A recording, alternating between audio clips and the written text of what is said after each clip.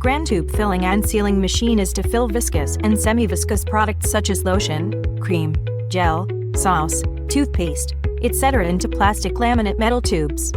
For plastic laminate tube, the working process is automatic tube feeding, liquid filling, tube sealing and batch numbers embossing, cutting and discharging. For metal tube, the working process is automatic tube feeding, liquid filling, tube folding, sealing and batch numbers embossing, discharging. It is widely used in cosmetics, food, and daily chemical products.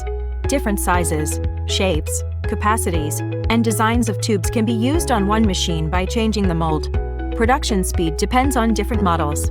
From 30 pcs to 220 pcs per minute, the filling speed depends on the filling volume. More details, please contact me.